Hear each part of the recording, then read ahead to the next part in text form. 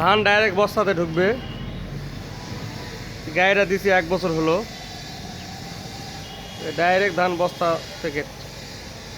আর গামলা টানার দিন নেই, এখন বস্তা লাগাবেন আর টানবেন। আলম ইঞ্জিনিয়ারিং এর গাড়ি।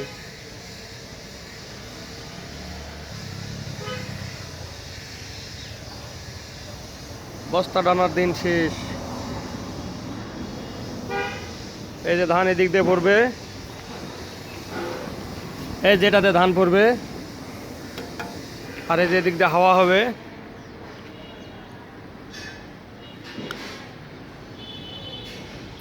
গাড়িটা 1 বছর হতে দিছি।